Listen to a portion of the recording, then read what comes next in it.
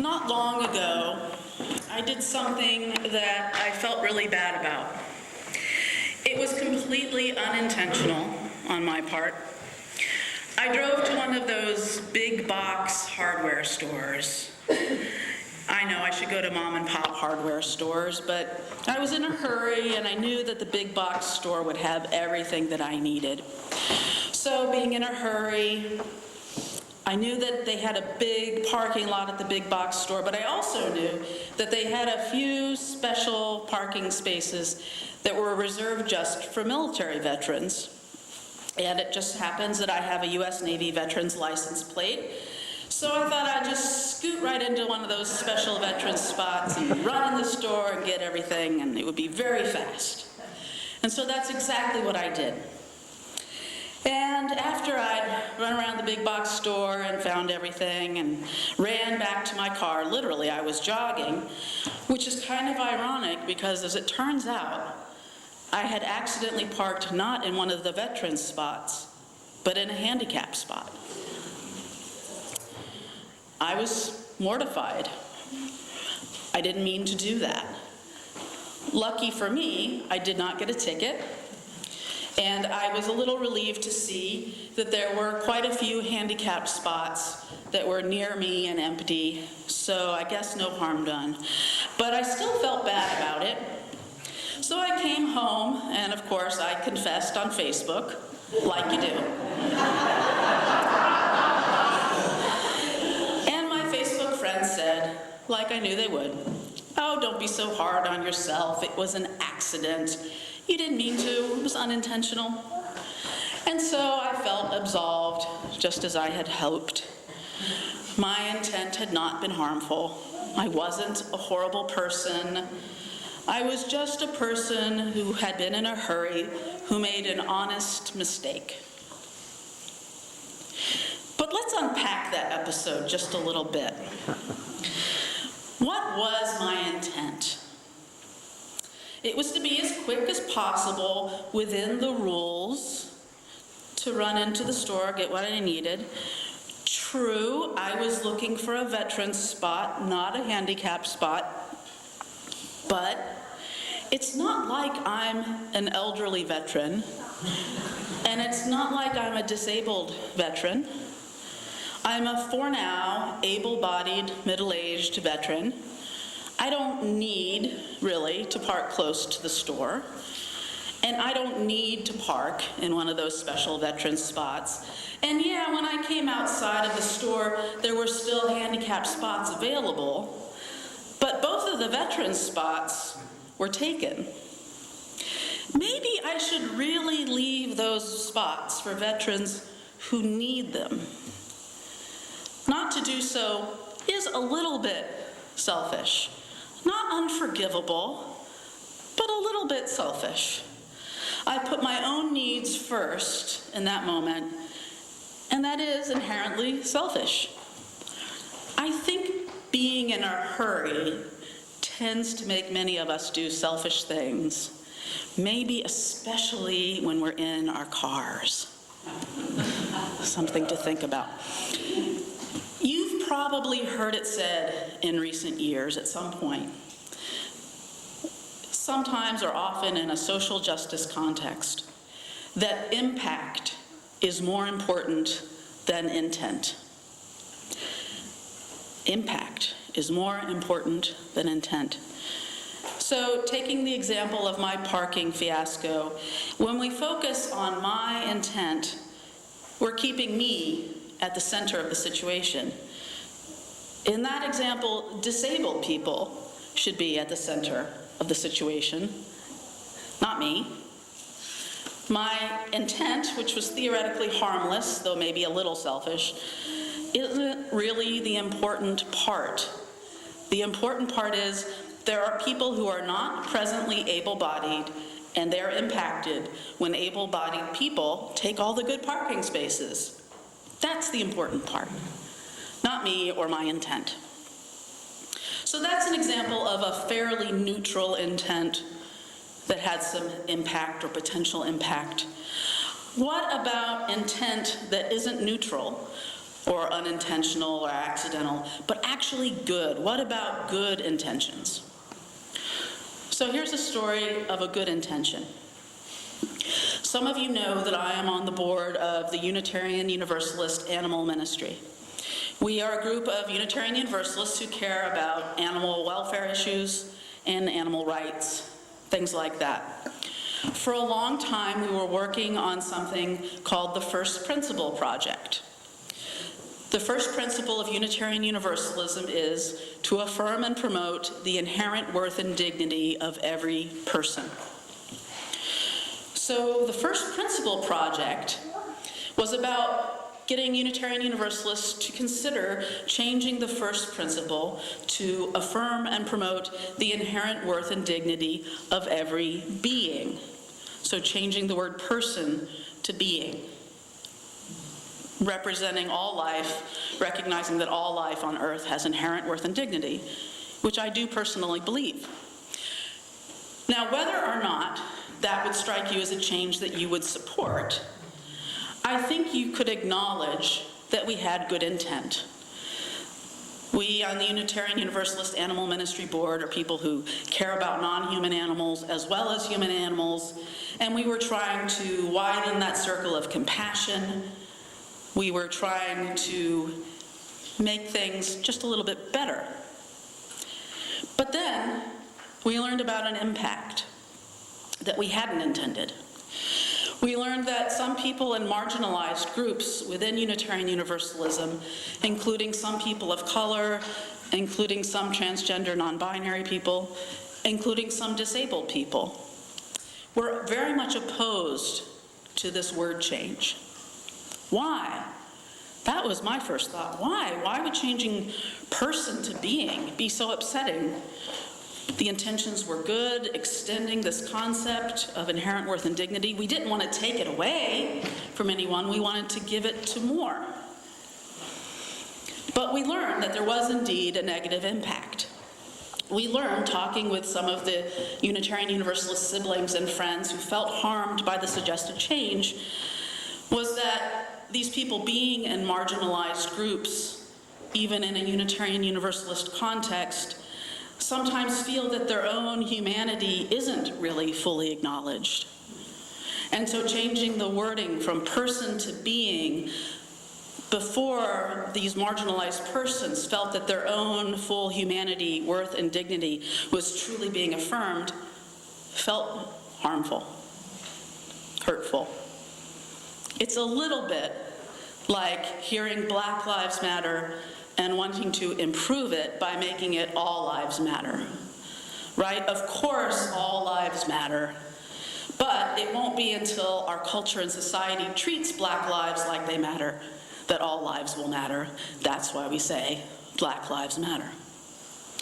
So it was not our intent at all to be insensitive to marginalized humans by suggesting the word change, but that was the impact. It created for some harm.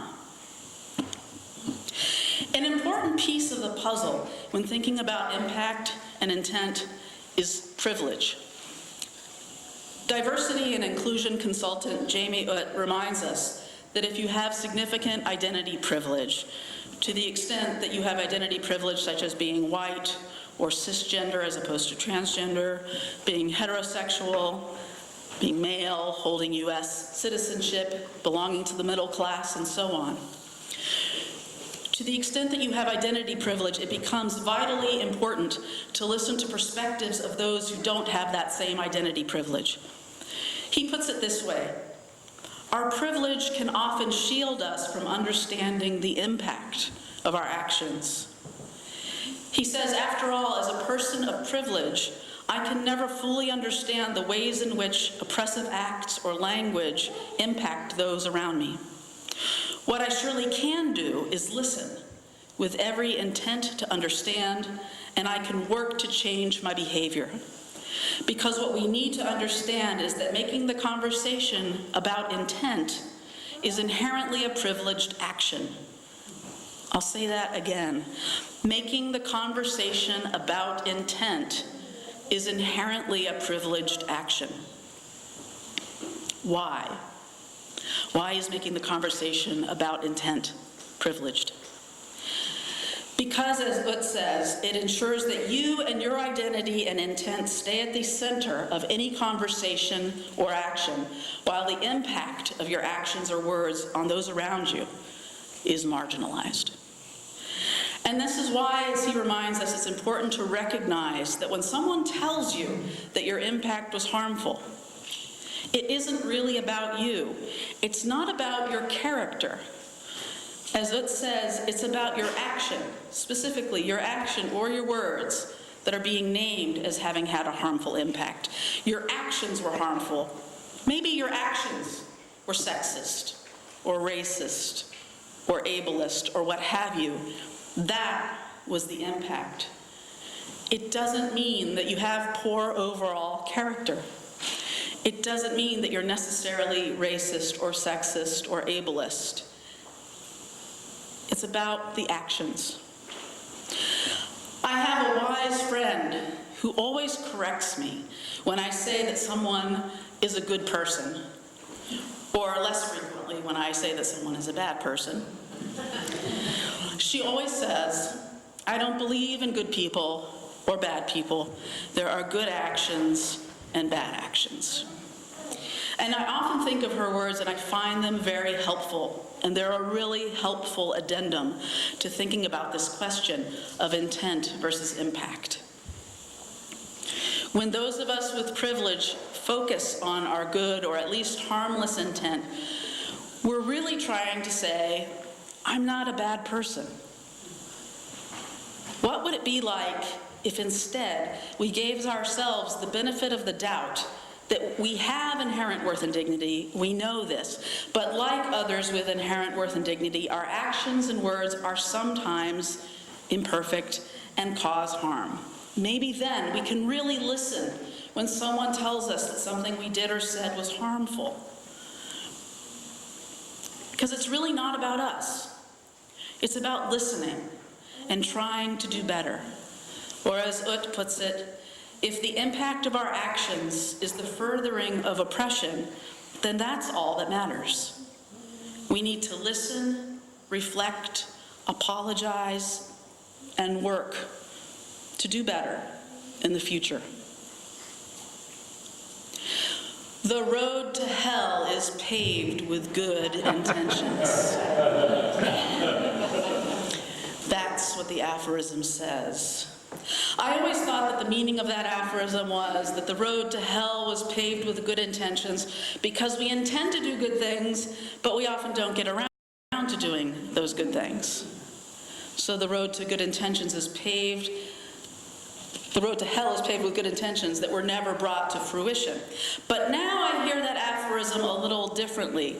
Maybe the road to hell is paved with good intentions because our good intentions might hide what matters more, and that was the impact. Why am I talking about this morning?